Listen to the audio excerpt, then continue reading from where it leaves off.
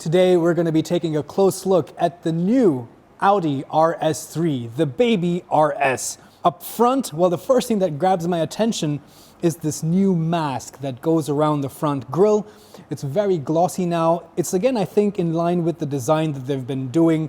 I saw this kind of a design first with the Audi Q8, but I really like this. It's a lot more menacing, a lot more pronounced. It seems to be coming out forward because it's like, for example, the Audi logo is significantly further ahead from the end of the bonnet. Speaking of the logo, it is completely blacked out, as is most of the entire bumper. Very glossy, but slightly different shades of black, which help it pop.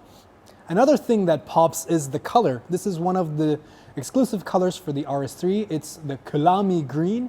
There's also another gray. I think it looks really nice, very lime green in my eyes. It's also interesting to note some of the new aerodynamic channels that they have with this new design. There's also some fun stuff with the lighting, so let's take a look at that. So here we have the key fob, and why I'm showing you this now is because look at this cool little graphic. When I unlock the RS3, you get that little cascading light effect, but then it spells out RS3, and then these LED lights here change to a race flag checkered pattern. How cool is that? Let's take a look at the side profile. So we have a wider track, lowered sports suspension. Speaking of which, you also get the DCC, the adaptive dampers. They've also stiffened a lot of the linkages, as well as increased the camber, the negative camber, by up to a degree, which should help maintain a better contact patch with the road at high-speed cornering. I also like these 19-inch wheels with this Y-spoke design and these little cool stickers at the end. You get 6-piston brakes with steel rotors as standards, but also you can get the ceramic rotor if you wish. I always like a red caliper. As we move along the side, it still retains that Audi A3 silhouette. You have a very smooth roofline, a strong crease here in the front, that black contrasting mirror cap, as well as the contrasting black frame around the windows really help. It's tied together with this black roof, as well as the black skirts in the bottom. Towards the back, now this being the sedan, it's a very sloping roofline. It's almost like a fastback, which is interesting because you also get a hatchback version of this, which is not available in all markets. Here at the rear, I really like this three-quarter view. It's got a nice haunch around the shoulders, again because of that wider track. A very subtle spoiler here. I would just say it's a lip spoiler, but I like that it's in contrasting black color along with the Audi logo. It's a nice combination of black and green. The lights are very horizontal, again LED, and they have interesting cascading functions as well. As we go further down, you get a little bit of contrast here. It's just purely cosmetic. These are not hollow, so there's no aerodynamics in this section. But there is a large diffuser. By the way, the sports exhaust now also has a variable valve system, so you can change based on the mode, the sound and the flow of the exhaust notes. Oh boy, I'm really excited to take a look at this because hidden underneath this is such a unique engine, a gem of an engine, and that is because this is a very unique 5-cylinder inline arrangement. So this is a 2.5 liter inline 5 turbocharged petrol engine. This makes 400 PS, and now in the new generation makes a little bit more torque, so 500 Newton meters of peak torque. This comes mated with a 7-speed DSG, which is a dual clutch transmission. This is the same platform in the VW group that is shared with the Golf R, for example. So that's why it is a front-wheel drive platform. But this is Audi Quattro, and it's also a on-demand based, coupling-based all-wheel drive system with the new RS torque splitter, and we'll talk more about that because it's really interesting. This can launch the RS3 from 0 to 100 kilometers per hour in 3.8 seconds and a Vmax of 290 kilometers per hour. Impressive numbers. Let's take a look inside the car. Door opens fairly wide. It's got a nice heft, a nice door closing sound. Pretty solid. Materials are very nice. So soft touch material. It's quite monotone, it's quite black. You do have a bit of dash of color here. Of course, ambient lighting. Switchgear feels pretty solid. Nothing too fancy or different, but on the inside, if we take a closer look, you kind of get that exterior accent color, so in this case that green, in little dashes here and there, and that also makes it feel a lot more special. So let's hop inside, get a quick first impression. So yeah, the posture and the seating position is fairly sporty. You can put the seat down fairly low. You have a lot of adjustments. These seats are the optional leather seats, but you can get Alcantara seats, and I think it's a little bit more comfortable, and you can be a little bit more kinder to animals. The steering wheel itself has a really nice grip, flat bottom, RS logo, nothing new, but I also like the fact that there is a little strip here to kind of help you position it when you're doing those drifts with that new torque split. The aircon vents also have that dash, which I really like, but overall, it's a fairly neat cabin, but there's some exciting new things to talk about, like the head-up display and the virtual cockpit. So why don't you hop inside and let's take a closer look. The steering wheel also has a lot of functions that you can use to control the menu up here on the virtual cockpit, the digital instruments, and what's really nice to see is there is also a RS button, and this is the button to select the driving mode. There are also paddle shifters for the 7-speed DSG, cold metal, which I really like. It has a lot more a sense of occasion about it compared to plastic paddle shifters. They are fairly small, I must say, but once we get our chance to drive the car, we can test out how that feels. There is also a very nice head-up display now, which shows you critical information. And again, once we have our hands on the car to test it, we can tell you more about that. But overall, the design is fairly neat. It has a sense of purpose about it with these high-set air conditioning vents. I like this dash of green color.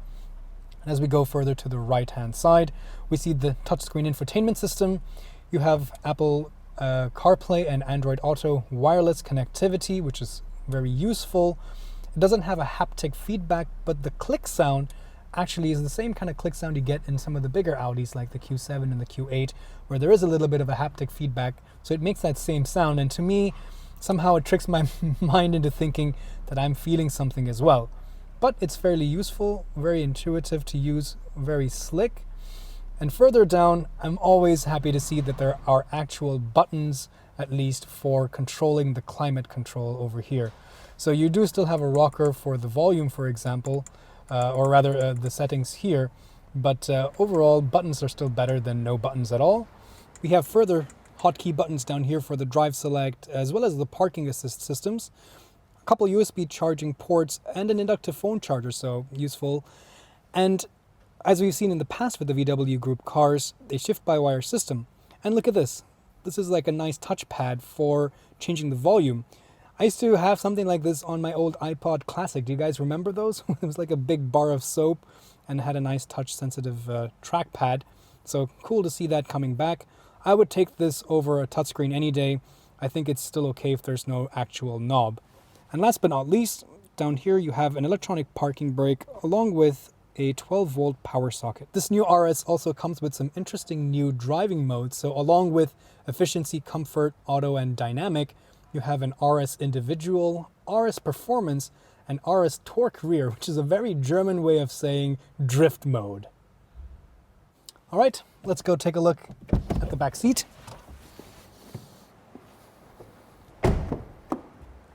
So the door opens actually fairly wide, and that goes to show that while this is a performance small sedan, it is quite practical because you can bring your child seats in fairly easily.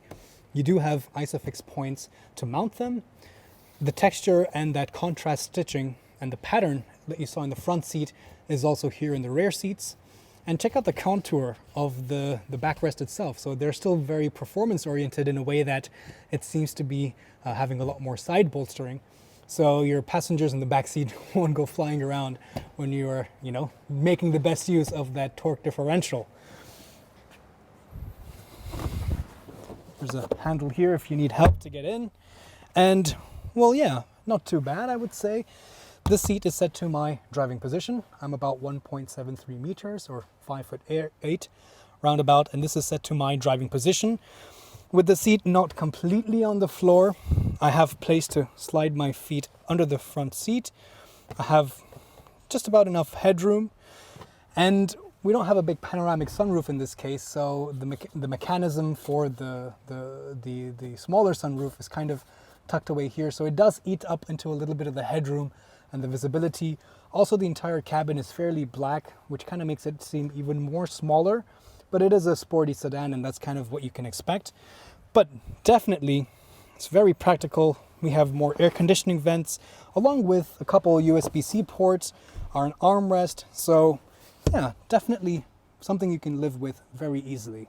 So, practicality continues here in the sedan, and of course with the hatchback, you can expect different geometry in the trunk, but the boot lid opens very easily. It's nice and damped, padded. Again, very important for sound deadening, because a lot of the sound comes from the rear axle and from this big air actually.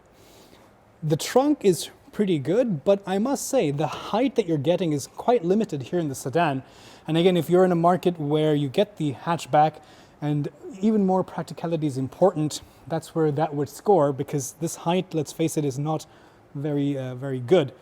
But you have a lot more, you have a very rectangular area that you can store things. Not much really under here that you can make use of, just a little bit here and there, because we see a lot more of the, like for example, the battery here in the back. But if you need more space, you can fold the seats down, not from back here, but actually from inside. You can fold the seat in a 40, 20, and 40 fashion. The Audi RS3 will be available here in Germany starting mid-August 2021. The starting price is around 60,000 euros. Of course, also here in Germany, you can get this. This is the Sportback version compared to the sedan that we just saw earlier. And I must say, I think this red is a little bit more striking. And I also do like the proportions of the Sportback more than the sedan. What do you guys think? Put it down in the comments below.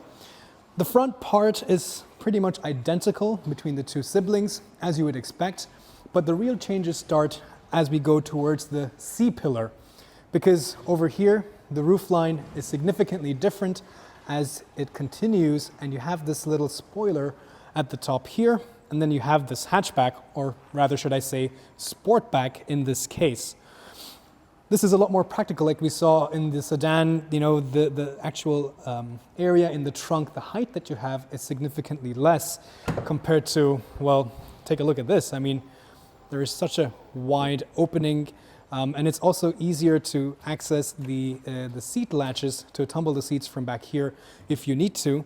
So if practicality is really what's important for you, maybe the hatchback is the version you need.